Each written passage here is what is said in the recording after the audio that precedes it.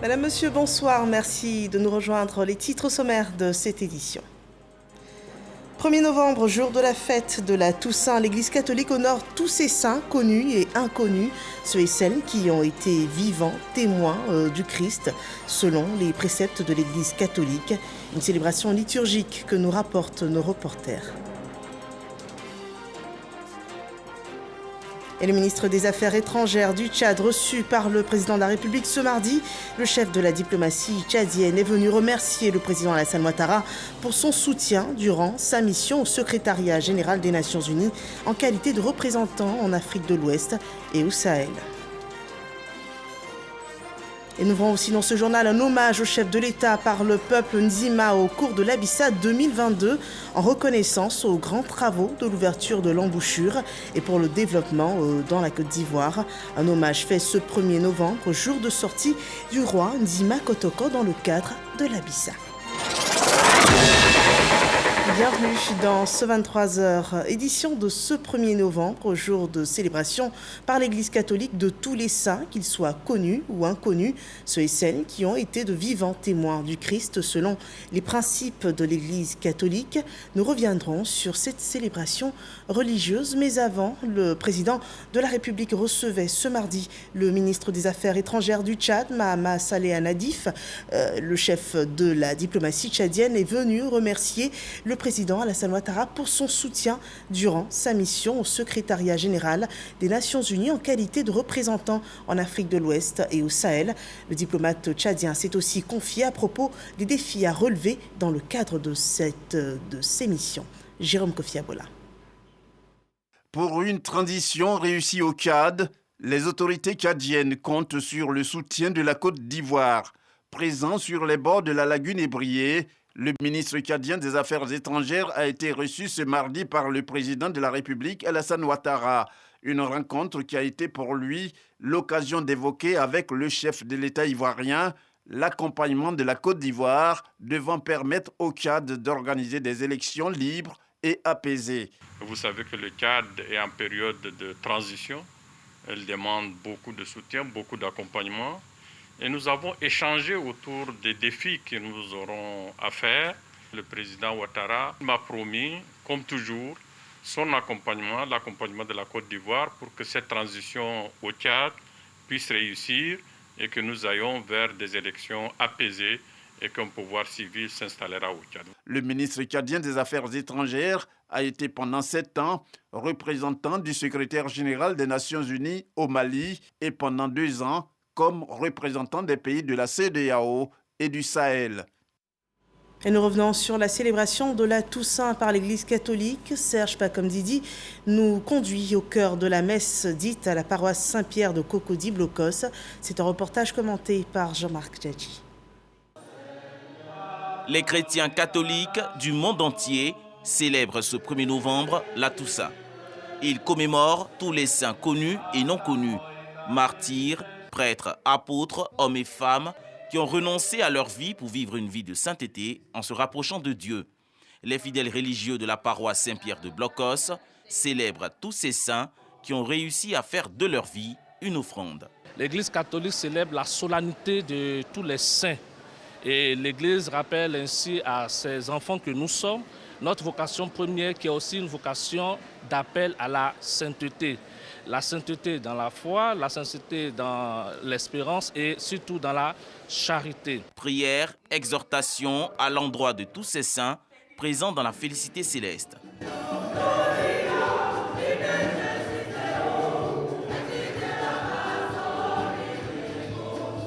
Des hommes qui ont été bien dans leur vie et qui sont morts. C'est ce que nous cherchons tous sur la terre. Être en parfaite harmonie avec Dieu et remplir toutes les conditions, c'est-à-dire respecter les lois pour qu'un jour, nous soyons dans le bonheur auprès de lui. On rend hommage aux saints qui ont beaucoup fait dans leur vie. Et c'est parce qu'ils ont beaucoup fait que le pape les a canonisés. La Toussaint, fête de tous les saints, un moment propice au dépouillement, au rejet du péché et à la conversion. Cela par observation des actions de miséricorde et de solidarité. Voilà, le culte des saints, surtout l'occasion de rappeler à tout fidèle catholique l'appel à être saint. La vertu de la sainteté était donc le sujet abordé dans les paroisses à Bouaké, selon ce témoignage de Kwasio Kwame. Célébration de la Toussaint à la paroisse Saint-Joseph Monkassa à Bouaké. Cette commémoration honore la foule innombrable de ceux et celles qui ont été de vivants et lumineux témoins du Christ. Le curé de la paroisse a appelé les fidèles à la sainteté. Le père Éric Modeste Kwaku demande aux paroissiens de vivre les béatitudes enseignées par le Seigneur et de tout faire par amour pour parvenir à la sainteté. Jésus, en composant cette prière des béatitudes, s'est appuyé sur un patron, sur un modèle qui est le modèle qu'il a vu, avec qui il a vécu tout le temps, qui est Saint Joseph, son père adoptif. Il a abandonné sa volonté pour entrer la volonté de Dieu. Par exemple, quand Dieu lui demande de prendre Marie comme épouse chez lui, il abandonne son désir, son projet de divorcer discrètement Marie pour donc la prendre dans sa maison. La fête de Toussaint, un lien de proximité avec les fêtes de Pâques et de la Pentecôte, donne le sens originel de la fête de la Toussaint. Goûter déjà à la joie de ceux qui ont mis le Christ au centre de leur vie et vivre dans l'espérance de la résurrection. Aujourd'hui, c'est un jour, disons, la fête de tous les saints. Et nous sommes là aussi pour prier pour nos parents défunts, pour que le Seigneur, dans sa bonté, dans sa miséricorde, vraiment les accueille dans sa demeure. Nous sommes dans une grande joie parce que c'est notre expérience qui est encore nourrie. Voir chacun d'entre nous avec Dieu dans son céleste royaume. Des chants ont meublé la fête de tous les saints, connus et inconnus, qui est célébrée chaque 1er novembre. Le 2 novembre est consacré à la commémoration des défunts. Voilà, le culte des saints à la Toussaint est mêlé à la commémoration des personnes disparues. Les cimetières ne désemplissent pas, les familles affluent à cette occasion pour fleurir les tombes des défunts. C'est une aubaine pour les fleuristes, mais est-ce juste d'agir ainsi alors que l'Église catholique aurait institué la fête des morts au lendemain de la Toussaint, donc le 2 novembre. Le sujet a fait l'objet de recherches par nos reporters et suivons-les dans ce reportage que je vous invite à suivre. Lundi 31 octobre 2022, à Djamé, cimetière de Williamsville, on s'active déjà pour la fête de la Toussaint et la commémoration des défunts. Cette année, des couronnes sont mises en vente par les services des pompes funèbres. Dame Brou se recueille et dépose des gerbes de fleurs sur le tombeau de ses défunts parents adoptifs. Comme demain c'est la fête de Toussaint, et je n'aurai pas le temps de passer ici pour me recueillir un peu sur la tombe de mes parents. Et c'est pourquoi j'ai préféré ce jour ouvrable venir déposer des gemmes de fleurs pour me recueillir un peu sur leur tombe. Pendant la Toussaint, c'est normal qu'on vienne commémorer nos morts, voir comment ça se passe, si la tombe est propre. Et demain, après la messe, on sera là pour déposer des gemmes de fleurs. La fête de la Toussaint, journée consacrée à tous les saints martyrs, prêtres, apôtres, mais aussi aux personnes qui reposent désormais dans la félicité céleste. Au cours de cette journée, des hommages sont rendus à des proches ou parents arrachés à l'affection des siens. Le père Pascal Seka explique le distinguo à faire entre la fête des saints célébrée le 1er novembre et la commémoration des défunts le 2 novembre. Il y a un peu de confusion à cause des déplacements des foules dans l'après-midi du 1er novembre de la Toussaint. Sinon, la commémoration des défunts se fait le 2 novembre, au lendemain de la Toussaint. Ces deux fêtes à ne pas confondre. La Toussaint, c'est la fête de la vie, de la félicité éternelle. Et le 2 novembre, c'est la commémoration des défunts. Le 1er novembre étant donc jour férié, la fête de la Toussaint et des morts sont jumelées, comme c'est le cas ici à la paroisse Saint-Pierre de Cocody-Blocos, où une messe est dite en l'honneur des saints. Rendez-vous est pris ensuite au cimetière pour un moment de prière pour le repos des disparus. Ça, c'est la tombe de mon père. Je suis venu déposer un bouquet de fleurs. Ça me permet de me souvenir de lui. C'est ma fille. Elle est décédée, ça fait presque 12 ans, 13 ans comme ça. Moi, je travaille le 2 Et puis bon, je ne vais pas avoir le temps, le 2, donc nous venons le 1er avec tout le monde. Les chrétiens catholiques de Blocos, à l'instar des autres communautés d'Abidjan et du reste du pays, retournent chez eux avec une fierté, celle d'avoir obéi à un principe divin et de s'être souvenu d'un amour perdu à jamais. La fête des saints pour les uns ou fête des morts pour les autres, chacun aura su en tout cas rendre utile cette journée fériée. Dans la commune de Yopougon, ce 1er novembre fut une journée dédiée aux femmes protestantes baptistes, œuvre et mission internationale. Une 47e édition durant laquelle l'entrepreneuriat dans le milieu des femmes baptistes a été abordé en présence du ministre Adama Diawara. Le point avec Khalil Diomandé et Jean-Marc Djadji.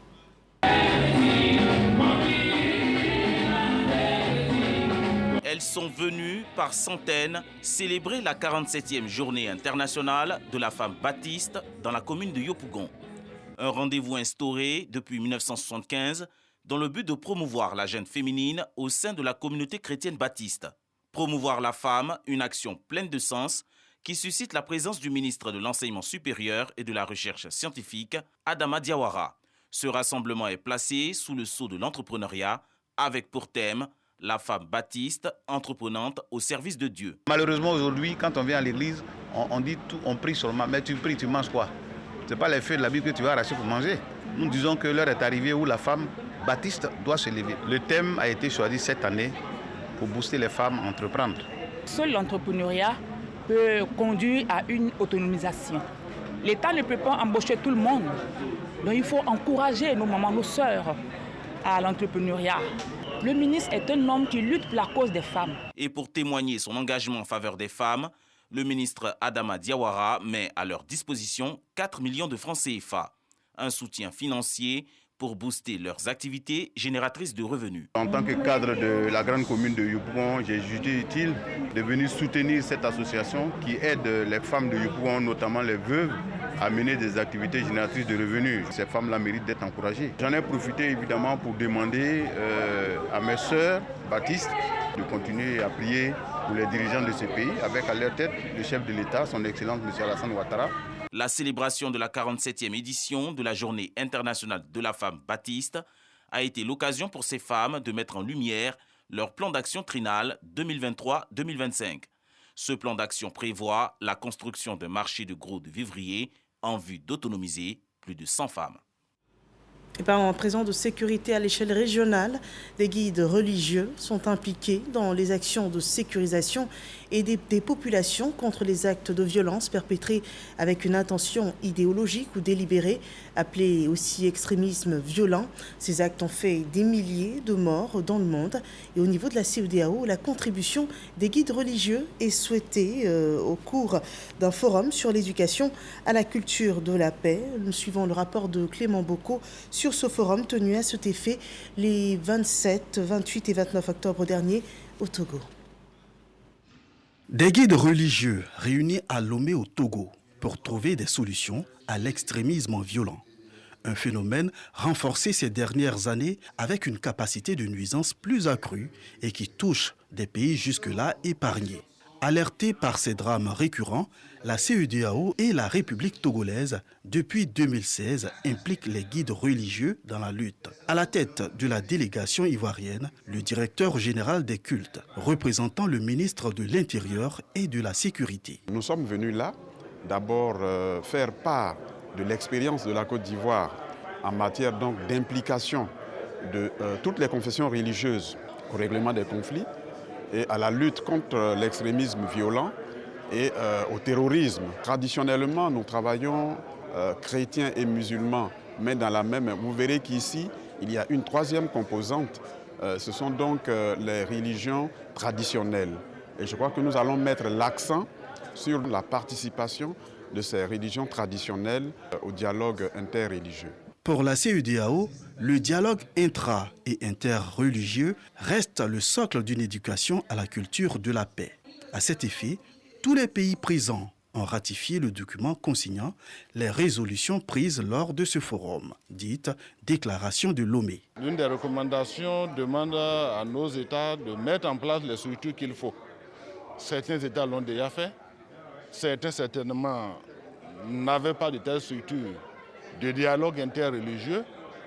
C'est l'occasion, en tout cas, au travers donc, des résolutions de ce forum, d'amener les États qui, jusque-là, n'avaient pas encore intégré de telles donc, structures de le faire. Ce qui a été retenu ici comme recommandations les plus intéressantes seront soumis à la conférence des ministres et au sommet des chefs d'État.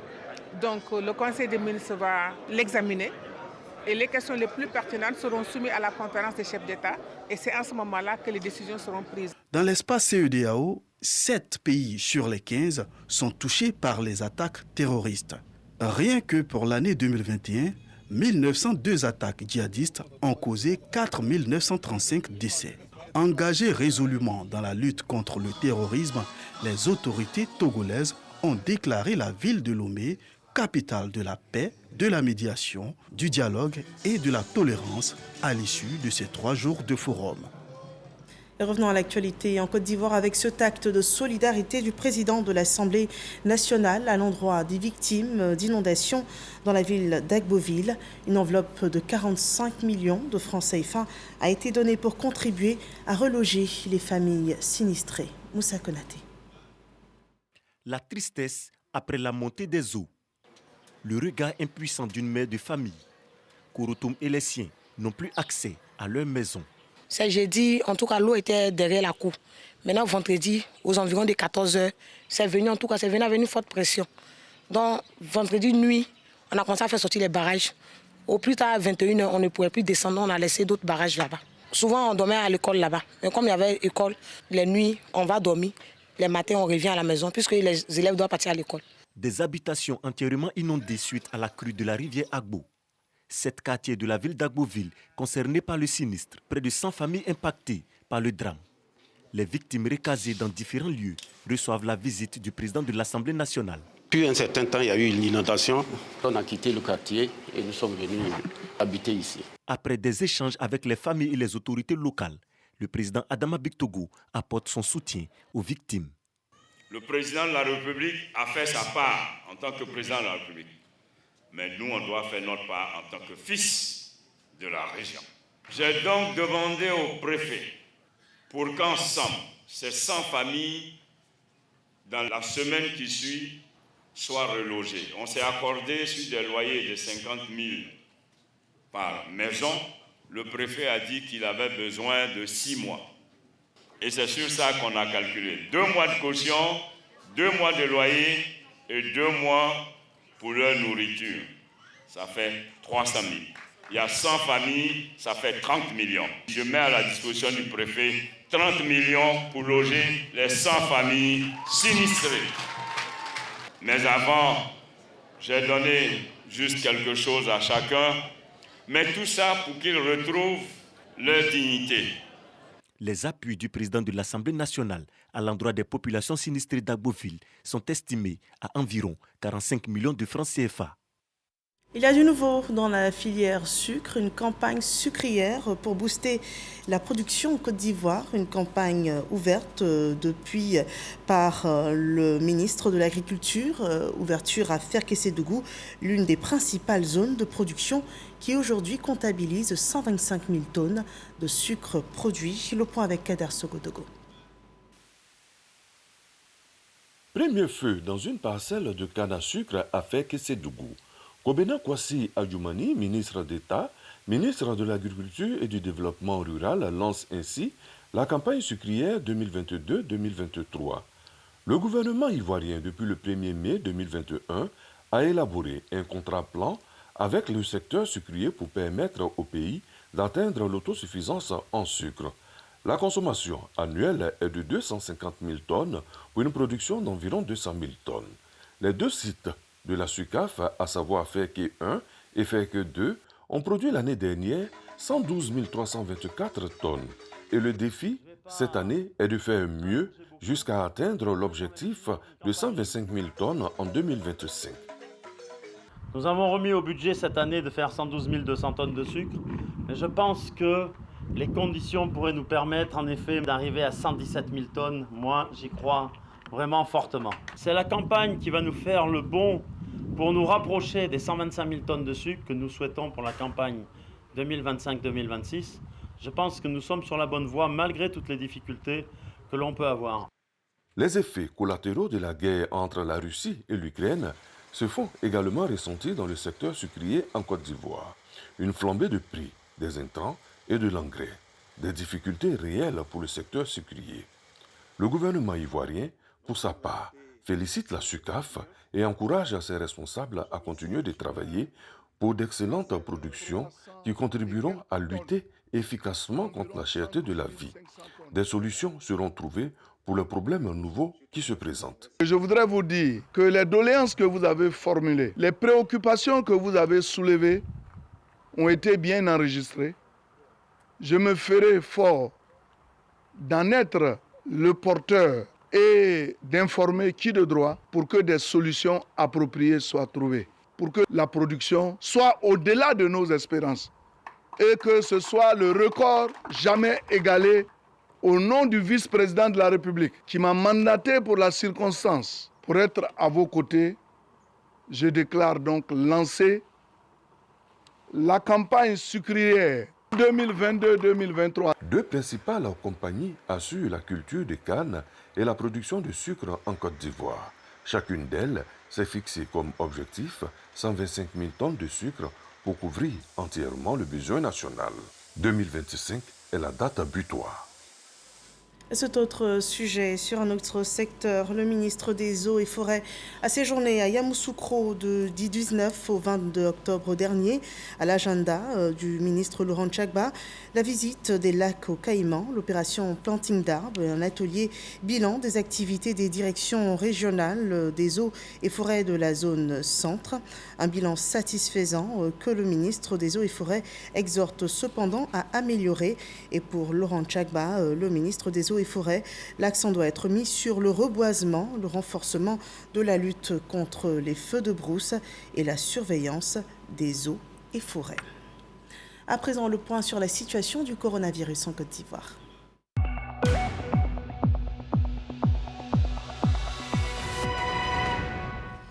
Ce 1er novembre 2022, 7 cas de Covid-19 ont été enregistrés par le ministère de la Santé, de l'Hygiène publique et de la couverture maladie universelle. Également 7 nouvelles guérisons et 14 cas qui restent toujours actifs. À cette date, au moins 20 686 836 doses de vaccins anti-Covid ont été administrées dans le pays depuis la date du 1er mars 2021, date du début de la campagne vaccinale contre la Covid-19 en Côte d'Ivoire. Dans l'actualité politique, il s'est ouvert lundi une réunion régionale du partenariat pour un gouvernement ouvert. Mahama Traoré nous en dit davantage. Le Maroc et sa ville ocre de Marrakech accueillent la réunion régionale Afrique et Moyen-Orient du partenariat pour un gouvernement ouvert. Lancée en 2011, cette initiative vise essentiellement à promouvoir la transparence dans la gestion des affaires publiques, ce à travers une plus forte implication des citoyens dans l'élaboration, le processus décisionnel et l'exécution des actions censées améliorer leur bien-être. Nous pouvons utiliser cette plateforme pour avoir de meilleure gouvernance pour les citoyens. Nous pouvons le faire parce que ce modèle marche. Donc, quand le gouvernement co-crée des engagements avec la société civile, il y a plus d'ambition et de meilleurs résultats. Les échanges, les ateliers qui vont avoir lieu pendant ces 3 jours sont une opportunité pour trouver des solutions aux défis auxquels notre pays fait face. Ce sera également une opportunité pour le Royaume du Maroc de bénéficier et tirer profit des différentes expériences des autres pays. À cette réunion de Marrakech, les États d'Afrique et du Moyen-Orient entendent partager leurs expériences sur les principaux axes d'intervention du partenariat pour un gouvernement ouvert que sont la lutte contre la corruption, la vulgarisation des TIC et les médias. Membre de cette initiative depuis 2015, la Côte d'Ivoire est représentée à ces assises par une délégation de l'Assemblée nationale. Les députés votent les lois, ils votent le budget qui est soumis par l'exécutif. Et donc, ils s'assurent que dans le budget qui est élaboré, les préoccupations des populations qu'il représente sont prises en compte. D'où l'importance donc des parlementaires dans ces objectifs, les objectifs de cette plateforme, objectif donc de faire en sorte que les préoccupations des populations soient au centre de l'action gouvernementale. Regroupant aujourd'hui 77 pays et 106 membres locaux, le partenariat pour un gouvernement ouvert se veut une plateforme d'échange entre les pouvoirs exécutifs, législatifs, la société civile et les collectivités territoriales. Pour cette réunion de Marrakech, les parlementaires auront droit à une journée de concertation. Le président de l'Assemblée nationale, Adama Bictogo, prendra la parole pour évoquer l'état de mise en œuvre du partenariat pour un gouvernement ouvert en Côte d'Ivoire. Et voilà, c'était le rapport de Mahama Traoré sur cette initiative qui engage les pouvoirs à agir avec transparence dans la mise en œuvre des politiques publiques. Et nous en venons à ce sujet sur l'Abissa, où ce jour, un hommage au chef de l'État a été rendu par le peuple Nzima au cours de cette journée de l'Abissa 2022, en reconnaissance aux grands travaux de l'ouverture de l'embouchure et pour le développement dans le pays. Un hommage fait à l'occasion de la sortie du roi d'Nzima Kotoko pour l'Abissa 2022. On regarde. Après la semaine silencieuse, place à la phase festive de l'Abissa, fête consacrant le nouvel an chez les Nzima Kotoko. Ce mardi, troisième jour des festivités, le peuple Nzima Kotoko rend hommage au président de la République Alassane Ouattara pour saluer les travaux de l'ouverture de l'embouchure et sa clairvoyance et son leadership pour le développement de la Côte d'Ivoire.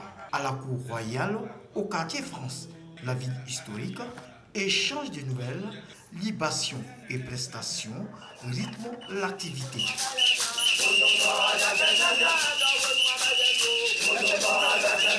Au nom du roi, Amon Tanoué Désiré, docteur Ekra Richard a traduit la reconnaissance et la gratitude du peuple Nzima Kotoko au chef de l'État. Vous avez permis la mise en œuvre des travaux relatifs à la réhabilitation pérenne de l'embouchure de ce fleuve, dont l'ouverture définitive est prévue pour la fin de cette année, avec la cérémonie officielle et solennelle d'inauguration attendue pour le premier trimestre de l'année 2023.